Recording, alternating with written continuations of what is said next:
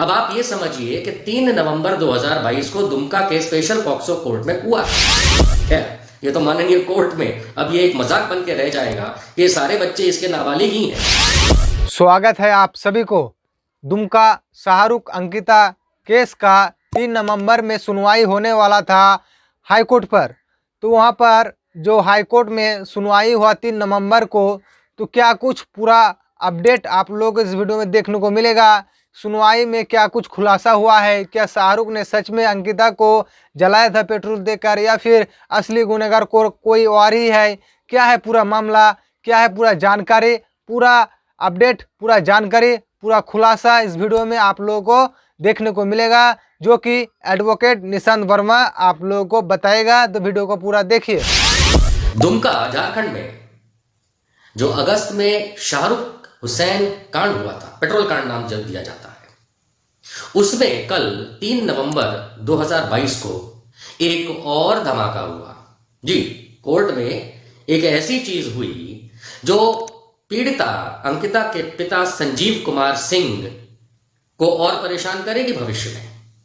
आप सब जानते हैं कि 23 अगस्त 2022 को दुमका में जो पेट्रोल कांड हुआ जरवाडी में, जिसमें अंकिता नाम की लड़की को जला के मार दिया गया था। उसके बाद भारतीय जनता पार्टी के नेताओं ने और राइट विंगर्स ने कितना धमाल किया हम सब जानते हैं। शाहरुख हुसैन और छोटू नईम जेल में है। पूरा नवंबर अब ये केस फिर से चलेगा, क्योंकि पूरा अक्टूबर छुट्टियों में कोर्ट बंद रहा। अब आप ये समझिए कि 3 नवंबर 2022 को दुमका के स्पेशल पॉक्सो कोर्ट में हुआ क्या, फिर उसके बाद की अपडेट मैं आपको और देता हूं। कल 3 नवंबर 2022 को जब मामला फिर कोर्ट में पेश हुआ, क्योंकि दोबारा हियरिंग शुरू हुई, तो पीड़िता के छोटे भाई, मरहूम अंकिता के छोटे भाई, जो कि खुद एक नाबालिग लड़का है, उसको पेश किया गया उसकी बयानी के लिए। लेकिन आप जानते हैं क्या हुआ? एक बहुत बड़ा ट्विस्ट आया। कोर्ट में उसके बयान को लेने की बात रोक दी गई। बयान नहीं हो पाया। अब आप बोलेंगे बयान क्यों नहीं हो पाया? वो इसलिए नहीं हो पाया क्योंकि एसआईटी ने अपनी चार्जशीट में इस बच्चे का नाम के साथ जो डिटेल्स दी है, उसमें उपनाम यानी कि सरनेम सिंह लिखा है। लेकिन जब कोई गवाही देने आता है तो उसका पहचान पत्र दिया जाता है कोर्ट में, और इस बच्चे के पहचान पत्र में उपनाम कुमार निकला। अब आप सोचिए, ये पहचान पत्र कौन सा है? आधार कार्ड। यानी ये जो संजीव कुमार सिंह है, पीड़िता का पिता, ये आधार कार्ड में कितने झोल कराता है, कितनी गड़बड़ियां कराता है, ये जग जाहिर होता जा रहा है। इसकी सबसे बड़ी पुत्री इशिका सिंह, जिसको फरवरी 2022 में जब उसके पति विकी सिंह, यानी तब तो शादी नहीं हुई थी, को इसी दुमका के पॉक्सो कोर्ट ने छोड़ा जेल से, और उसके बाद शादी हुई। वो पॉक्सो का केस 2021 के जुलाई महीने के बाद इसलिए हुआ था क्योंकि इशिका सिंह उस समय नाबालिग थी।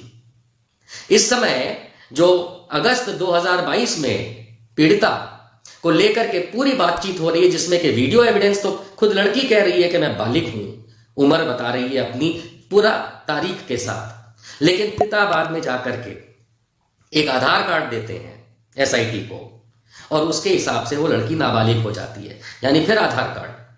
बड़ी बिटिया का भी तारीख में गड़बड़, जन्म तारीख में, क्योंकि इशिका ने पुलिस में जो इस मामले का बयान है उसमें अपनी उम्र 25 वर्ष बताई।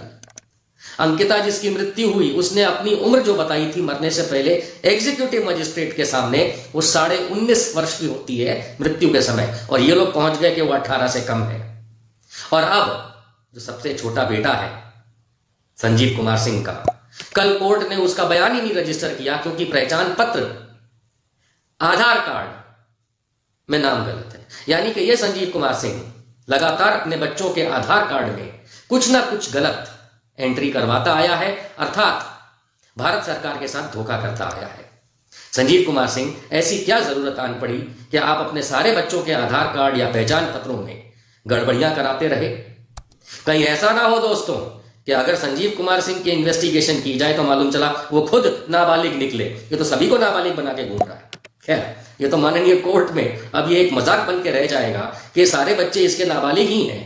और सबसे बड़ी बिटिया की तो शादी भी हो चुकी है, जबकि दूसरे नंबर की बिटिया जो मरहूम हो चुकी है वो अपनी उम्र मुंह जवानी एग्जीक्यूटिव मजिस्ट्रेट को बालिग लिखा चुकी है। अब आज 4 नवंबर 2022 को फिर कोर्ट ने बेटे को बुलाया है संजीव कुमार सिंह के, जो कि नाबालिग है, इसमें नो डाउट, क्योंकि वो काफी छोटा है उम्र में, लेकिन अब नया पहचान पत्र लेके, यानी कि उम्र अभी भी जो भी रही हो उस बच्चे की, छोटे की, लेकिन नाम में अभी भी झोल है। कैसे पिता हैं, तीनों बच्चों के साथ ऐसा किया आपने। खैर, दूसरी बात ये निकल के आ रही है कि आज फूफा विनय सिंह वगैरह का भी बयान है, तो अभी एविडेंस स्टेज पे मामला चल रहा है स्पेशल पॉक्सो कोर्ट के अंदर। सवाल तो अब बड़े बड़े ये उठेंगे, क्योंकि मामला चल रहा है कि भाई सुबह 4 बजे यह हादसा होता है, 4:05 या 4:10 तक के अंदर पीड़िता को जो आग लगी हुई थी पेट्रोल डाल के वो बुझा दी गई थी। और उसके बाद 45 मिनट तक, 45 मिनट्स तक उस पीड़िता को जली हुई हालत में, करहाती हुई हालत में, परेशान हालत में पिता और पिता के साथ के लोगों ने, और जो बयान निकल के आए हैं पहले के आजू बाजू सब मोहल्ला इकट्ठा हो गया, तो उन लोगों ने 108 नाम की एम्बुलेंस सर्विस को क्यों नहीं बुलाया। दुमका में बहुत अच्छी एम्बुलेंस सर्विस है, फटाक से आती है, लेकिन उन्होंने नहीं बुलाया। सवाल तो उठेंगे। तो अब आने दीजिए और गवाह, अभी तो बहुत गवाही चलेगी और ये मामला धीरे धीरे प्रोग्रेस करेगा। लेकिन इसी के सामने, जैसा आप लोग जानते हैं कि रांची में मैंने 2 काम किए थे। पहला, मुख्यमंत्री श्री और डीजीपी पुलिस को आवेदन दिया था कि ये पॉक्सो का जो मामला आपने लगाया है सेक्शन 12, ये हट जाना चाहिए, क्योंकि ये सेक्शन 12 तो लगता ही नहीं है, पॉक्सो तो लगता ही नहीं है। बहुत सारे कारण दिए थे, उनमें 2 मुख्य कारण ये हैं कि बिटिया ने खुद अपने मुंह जबानी जो एग्जीक्यूटिव मजिस्ट्रेट के सामने बयान दिया है, उसके सामने कोई भी फेक कागज, नकली कागज, असली कागज चलता नहीं है। बिटिया का जो जुबानी है वही काफी होता है और वही अंतिम होता है, क्योंकि उसके बाद बिटिया की मृत्यु हो गई। तो डाइंग डिक्लेरेशन मान लीजिए, जो भी मान लीजिए, वही सत्य है। और दूसरी बात मैंने ये कही थी कि पॉक्सो हटाइए, नहीं तो फिर मैं हाईकोर्ट मूव करूंगा। तो वो मूवमेंट हो चुका है, आप लोग जानते हैं, और मैं आने वाले हफ्ते में फिर रांची पहुंच रहा हूं। अब आप समझ जाइए किस लिए पहुंच रहा हूं, क्योंकि वो कानूनी प्रक्रिया है, अपने हिसाब से चलेगी। आखिर में मैं सिर्फ इतना कहूंगा, नवंबर में पॉक्सो का जो ये मामला गलत चल रहा है निचली अदालत में, वो रुक जाएगा।